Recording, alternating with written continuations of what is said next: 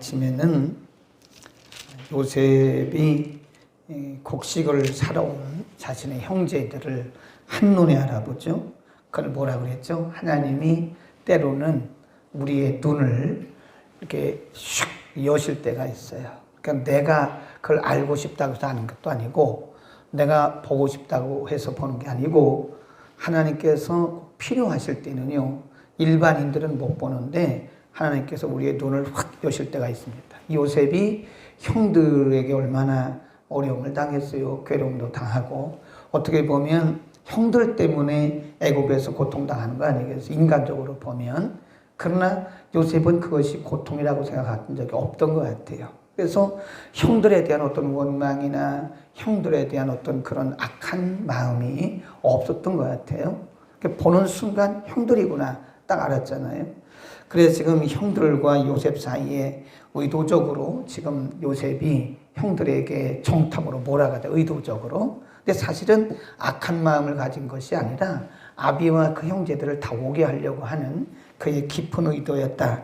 그래서 거기 보면 17절에 보면 그들을 3일 동안 가두어요. 그들을 3일 동안을 가두었다. 감옥에 가둡니다. 그리고 오늘 본문에 보면 3일 후에 요셉이 그들에게 이르되 나는 하나님을 경외하노니 너희는 이같이 하여 생명을 보존하라.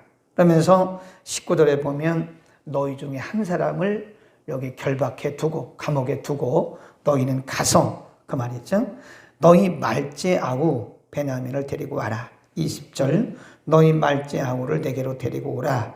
그리하면 너희 말이 진실함이 되고 너희가 죽지 아니하리라. 그리고 보면 24절에 시므온이라고 하는 그 형제 중에 하나를 그들이 보는 앞에서 결박을 해가지고 감옥에 가두어요. 그리고 빨리 가서 말제 너희 막내 아우를 좀 데려오라. 그 막내가 누구예요? 요셉의 동생이잖아요. 가서 데려와라고. 그때 이제 그런 상황이 되니까 21절 보세요. 그들이 서로 말하되 우리가 아우의 일로 인하여 범죄하였도다. 그가 우리에게 애걸할 때에 그 마음의 괴로움을 보고도 듣지 아니하였으므로 이 괴로움이 우리에게 임하도다. 이제 이게 그 형제들 사이에서 지금 이렇게 얌전하게 기록해서 그렇지 사실은 지금 서로 책임을 원망 불평하는 거죠. 당신이 그랬잖아. 당신이 그랬잖아. 그때 내가 그렇게 하지 말고. 그 밑에 보세요. 루벤이 뭐라고 하냐면 내가 너희더러, 그 밑에 22절에 내가 너희더러 그 아이에게 득주하지 말라고 하지 아니었느냐. 그래도 너희가 듣지 아니하였느니라. 그러므로 그의 핏값을 내게 되었다. 이러면서 말이에요.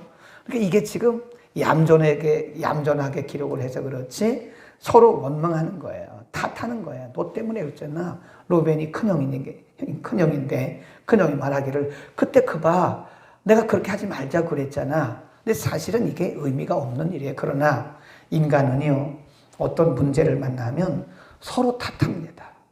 그때 내가 그렇게 하지 말자 그랬잖아요. 그때 내가 뭐라 그랬어요. 서로 탓하는 거예요.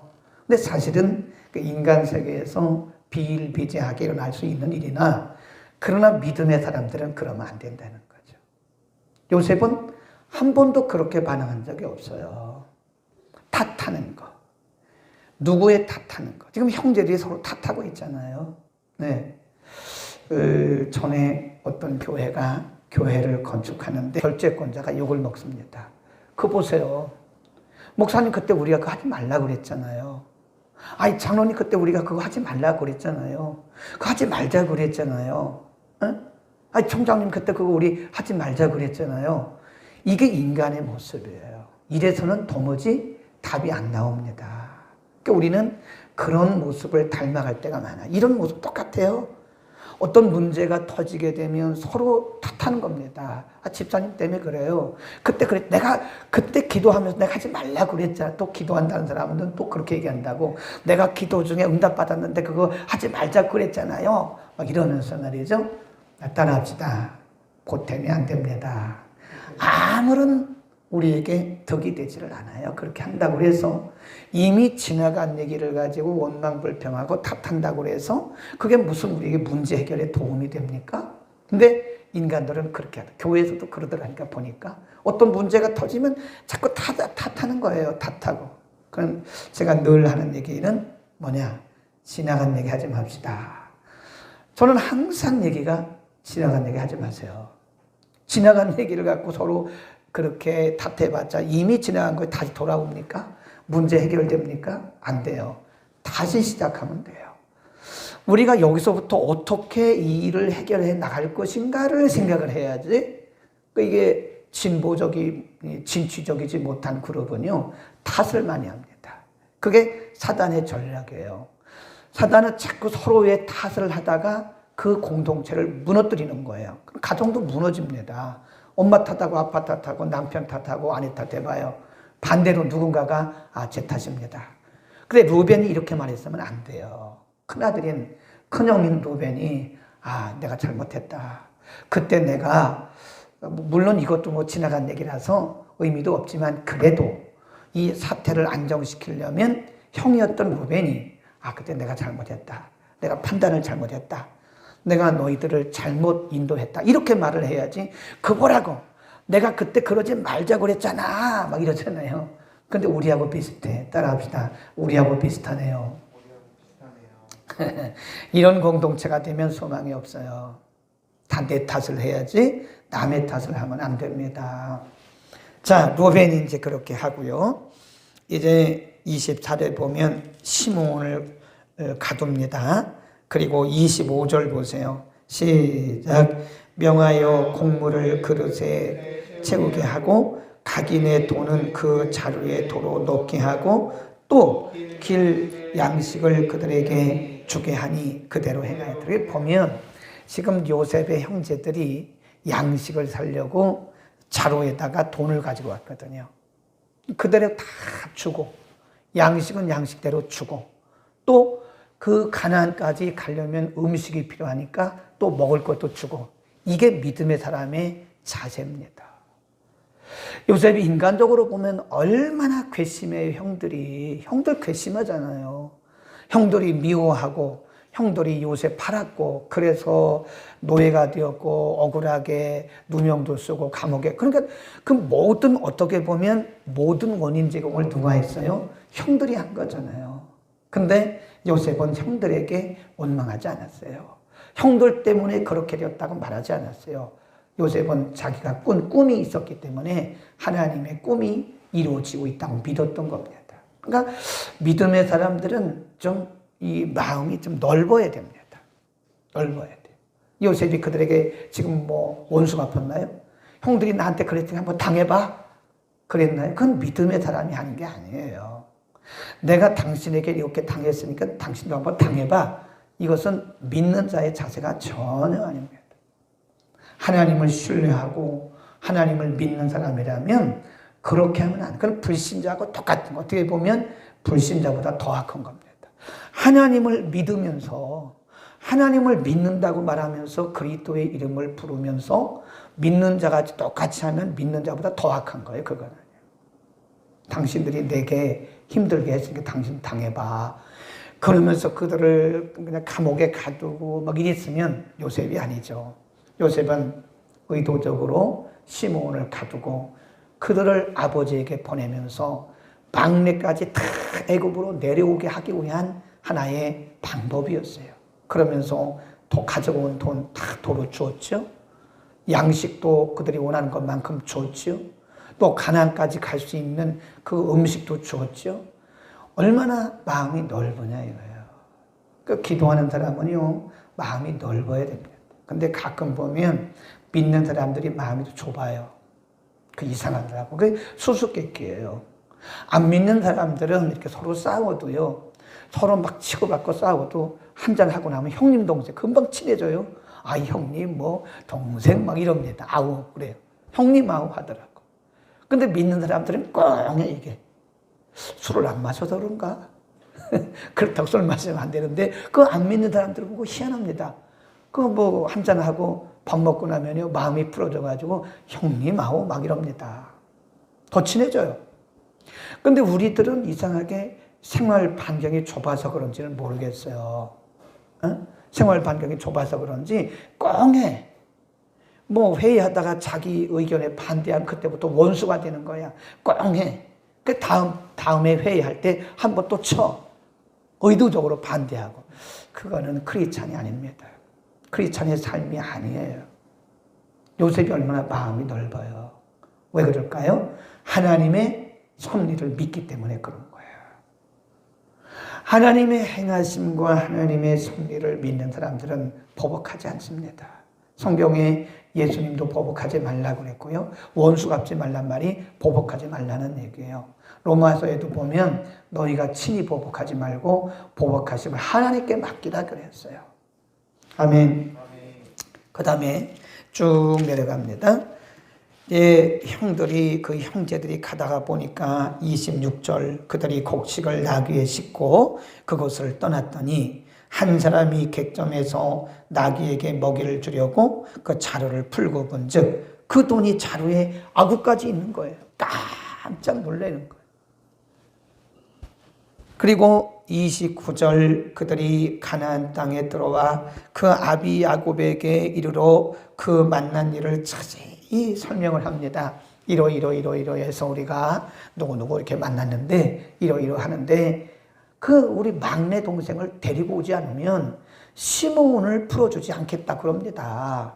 그러니까 그때 그 얘기를 듣고 36 시작 그 아비 야곱이 그들에게 이르되 너희가 나로 나의 자식들을 잃게 하도다. 요셉도 없어졌고 시므온도 없어졌거늘 베냐민을 또 빼앗아가고자 하니 이는 다 나를 해롭게 하는구나. 37 루벤이 아비에게 공하여 가로되 내가 그를 아버지에게로 데리고 오지 아니하거든 나의 두 아들을 죽이소서. 그를 내 손에 맡기소서. 내가 그를 아버지께로 데리고 돌아오리이다. 근데 내일 아침에 본문에 보면 루벤은요 큰아들 답지를 못해요. 내일 아침 본문에 보면 유다 있죠. 38장에서 공부한 유다 일시적으로 실수는 했지만 유다가 다시 돌아와 가지고요. 유다는 뭐라 그러냐면 제 몸을 담보하겠습니다. 그런데 루벤은 뭐라 그래요? 나의 두 아들을 담보하겠습니다. 그래요. 그러니까 큰아들 답지 못한 거예요. 나중에 보면 루벤은 큰아들 대우를 못 받아요. 자기 희생이 없는 거예요. 유다는 38장에서 일시적으로 자기 며느리와 동침해서 그 이상한 일을 하긴 했지만 두 아들을 낳긴 했지만 다시 돌아왔어요. 그래서 내일 아침 본문에 보면 유다가 아버지를 설득을 합니다. 그 10명 중에 아버지 설득을 못해요. 그러니까 설득이라는 것은 누군가가 나를 희생해야 되는 거거든요. 나를 희생하지 않고 설득이 되겠어요? 그러니까 루벤은 자기 두 아들을 담보한다고 그랬는데 설득이 안 되더라고요. 그런데 유다가 자기 몸을 담보했어요. 내가 다시 이 베냐민을 다시 데리고 오지 못하면 저를 담보하겠습니다. 내일 아침 본문에 이렇게 나와요. 그러니까 유다가 그렇게 하고 나서 아버지가 마음이 열려요. 그리고 내일 아침 본문에 가면 이제 보내주는 거예요. 자, 오늘 본문을 보면 이게 참 굉장히 복잡합니다. 네? 지금 야곱이 얼마나 복잡한 생각이 들었겠어요, 지금. 요셉도 잃어버렸지. 시므온은 지금 애굽에 감금돼 있지. 그리고 또 베냐민을 데려간다고 그러니 이게 말이나 되는 겁니까? 아들 한 명 잃어버린 것도 그런데 지금 3명을 잃게 되었으니 일이 얼마나 복잡하고 얼마나 마음에 고민이 많았겠냐고요. 그런데 우리가 이런 장면도 잘 생각을 해야 돼요.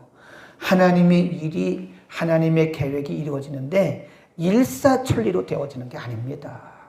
그러니까 우리가 착각하지 말라는 거예요.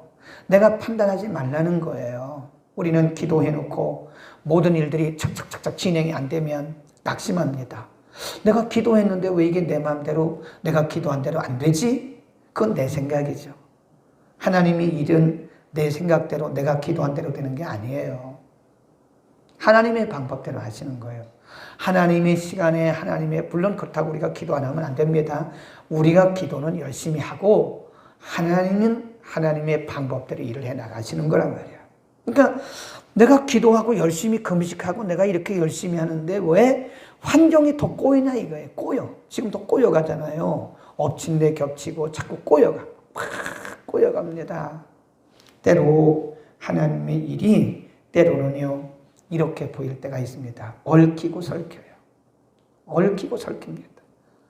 오늘날 말하면 남편도 제대로 안 되지, 애들도 제대로 안 되지, 애들 시험 보고 떨어지지, 뭐 애들 취직도 안 되지, 뭐 남편은 남편대로 그렇지.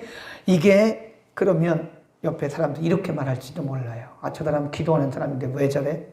그런 말 하면 돼요, 안 돼요? 안 됩니다. 아직 끝난 게 아니에요. 아니, 아직도 진행 중인데 왜 그런 말을 왜 해요?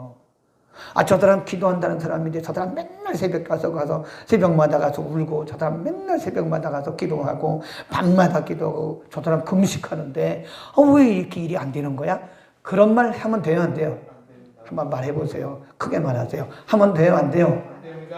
안 된다니까요.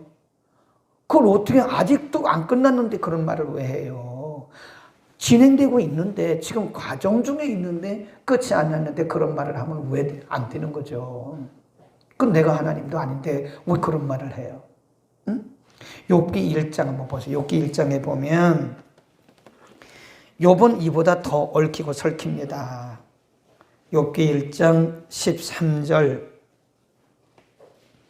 하루는 시작. 하루는 욥의 자녀들이 그 맏형의 집에서 식물을 먹으며 포도주를 마실 때에 사자가 욥에게 와서 고하되 소는 밭을 갈고 나귀는 그 곁에서 풀을 먹는데 스바 사람이 갑자기 이르러 그것들을 빼앗고 칼로 종을 죽였나이다. 나만 홀로 피한 고로 주인께 왔나이다. 그래, 종들을 죽였다는 거예요. 그 다음에 16절에 보면 하늘에서 불이 내려와 양과 종을 다 살라 죽였습니다. 17절에 보면 갈대의 사람이 와서 새 떼를 지어 갑자기 약대에게 달려들어 그것을 빼앗고 칼로 종을 죽였습니다. 19절 거친 들에서 태풍이 와서 집에 내 모퉁이를 침해 소년들 위에 아들들이에요. 아들들이 죽었습니다. 막 이렇게 갑자기 욥의 가정에 막 태풍이 불고 막 엎친 데 겹친 거기로 처음에는 짐승들이 다 죽더니 그 다음에 아들들 죽더니 딸들 죽더니 2장에 가보면 2장 가보세요. 2장 7절에 보면 또 욥이 7절 시작. 사단이 이에 여호와 앞에서 몰려가서 욥을 쳐서 그 발바닥에서 정수리까지 악창이나. 이럴 수가 있어요. 처음에는 종들이 다 약대들이 다 죽더니 종들이 죽고 아들이 죽고 딸이 죽고 나중에는 욥 자신에게까지 와요. 그러니까 믿음이 없는 사람은 이렇게 말합니다. 그 뒤에 보세요. 8절 9절 시작. 욥이 제 가운데 앉아서 키와 조각을 가져다가 몸을 긁고 있더니 그 아내가 그에게 이르되 당신이 그래도 자기의 순전을 굳게 지키며 하나님을 욕하고 죽어라. 이게 우리 주변에 욥의 아내 같은 사람이 많아요. 믿는 자 중에도 많다니까요. 지금 얽히고 설키고 얽히고 뭐 복잡하고 엎친 데 겹치고 그래도 여전히 하나님의 일은 진행이 되고 있거든요. 그런데 우리 주변에 욥의 아내 같은 사람들이 있어요. 욥의 친구들 같은 사람들이 있어요. 그래도 하나님 믿겠습니까?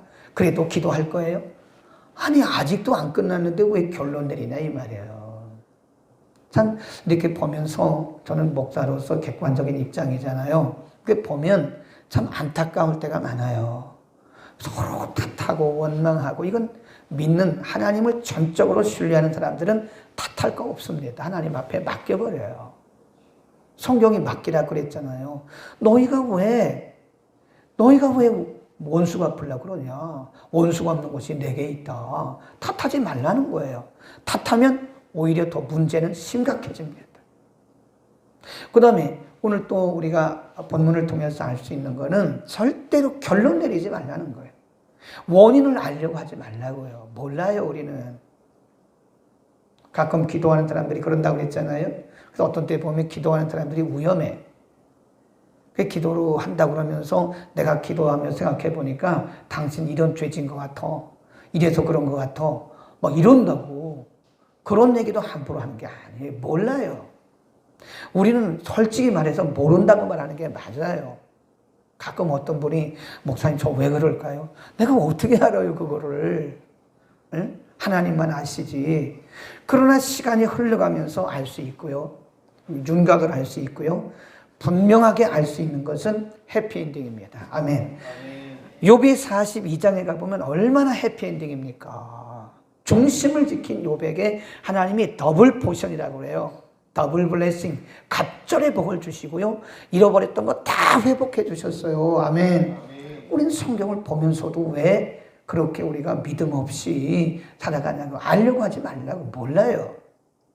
어떤 사람은 매달리지 말고 하나님의 신실하심을 믿으세요. 아멘.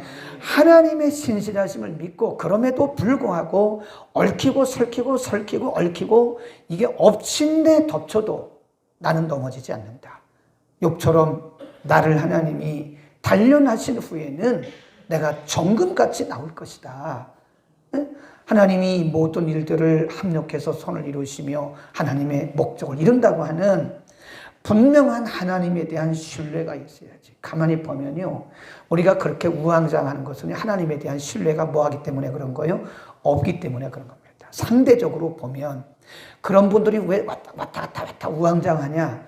하나님에 대한 신뢰가 없으니까 그렇게 사람 찾아가서 우왕좌왕하는 거예요. 그 믿음 좋은 게 아니고 믿음 없음을 반증하고 있는 겁니다. 그게.